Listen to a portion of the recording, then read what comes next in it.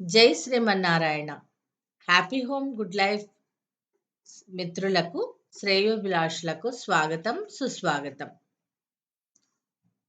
వైకుంఠ ఏకాదశి సందర్భంగా అందరికీ శుభాకాంక్షలు. ఈరోజు మనము ఆలయ దర్శనంలో తెలంగాణలోని శ్రీరంగపురం గురించి తెలుసుకుందాం. 7వ పాశురం గురించి మనకు సవివరంగా వివరిస్తున్నవారు శ్రీమాన్ నల్లతీగ శ్రీనివాసాచార్యులు గారు, వెంకటేశ్వర స్వామి టెంపుల్ ప్రధాన అర్చకులు, సంతోష్ నగర్, హైదరాబాద్. వినేద్దామా? అస్మద్గురుభ్యో నమః. తిరుప్పావై ధనుర్మాసంలో ఈ రోజున 7వ పాశురం అనుసంధానం చేసుకున్నాం. ఓం నమో వెంకటేశాయ. జై శ్రీమన్నారాయణ. ఈశికీ సెన్నెంగుమానై చాత్తంకలందు பேசினவேச்சரவம் கேட்டிலையோ பேயப் பெண்ணி காசும் பிறப்பும் கலகலக் பக்கை வேர்த்து வாசனரங்குடல் ஆட்சியருமத்தினால் ஓசைபடுத்த தைரரவங் கேட்டிலையோ நாயகப் பெண் பிள்ளாய் நாராயணன் மூர்த்தி கேசவனை பாடவும் நீ கேட்டே கிடத்தியோ தேசமுடையாய் திரவேலோரெம்பாவாய். ஆண்டாள் திவ்ய తిరువడిగళే శరణం. ఓం అస్మద్గురుభ్యో నమః. 7వ పాశురంలో ఆండాళ్ తల్లి కృప చేస్తుంది. తెలతెలవారుచున్నది తెలియుటకు పక్షులు కిలకిలారావములు వినిపించుచున్నవి. ఉదయముననే ఆహారము తెచ్చుకొనుటకు వాటి దారిని అవి వెళ్ళుచు భరద్వాజ పక్షులు ఒకదానితోనొకటి కబుర్లు ఆడుకొనుచున్నవి.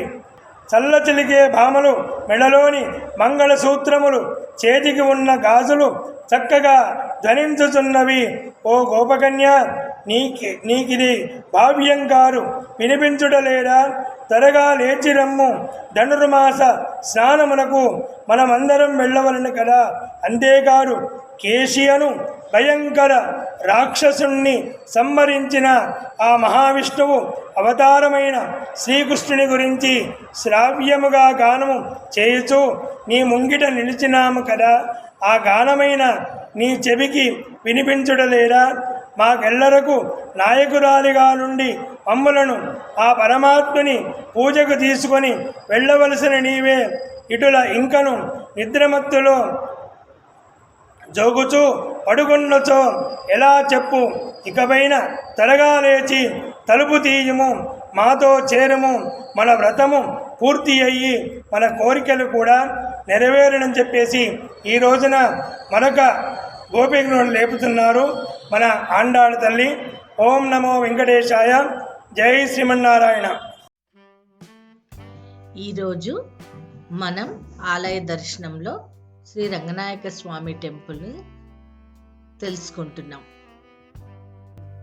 ఈ యొక్క రంగనాయక స్వామి టెంపుల్ వచ్చేసి శ్రీరంగాపురం గ్రామము, పెబ్బేరు మండలము, వనపర్తి జిల్లాలో ఉంది. ఇక్కడ రంగనాయక స్వామి శ్రీదేవి భూదేవి సమేత శేషపాన్పు పైన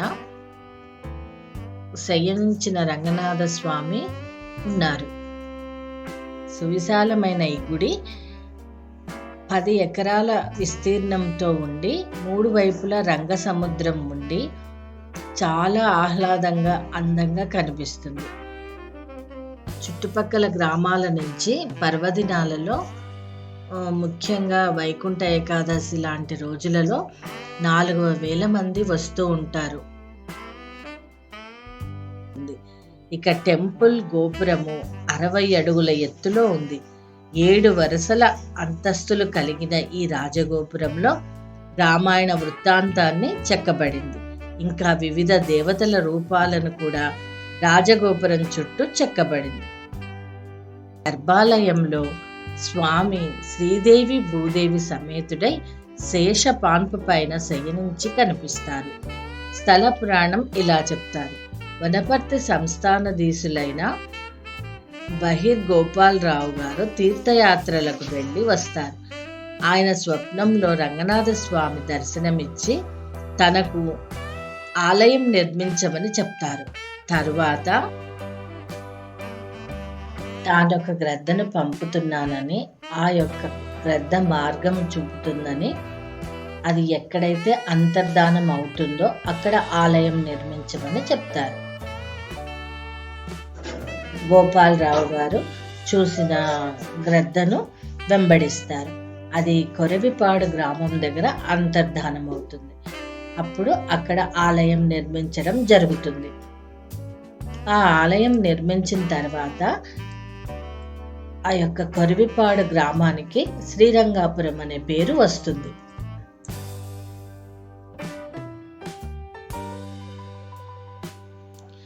ఇది స్థల పురాణంగా చెప్తారు.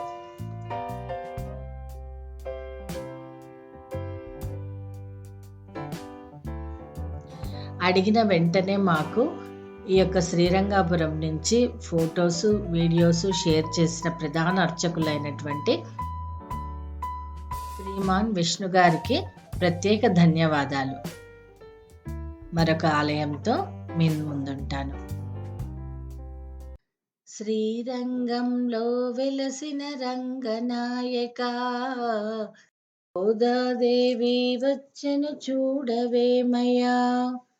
శ్రీరంగంలో వెలసిన రంగనాయక, గోదాదేవి వచ్చెను చూడవేమయ్యా. రంగురంగుల పూలను తెచ్చేనయ్యా, అందమైన మాలలు కట్టేనయ్యా.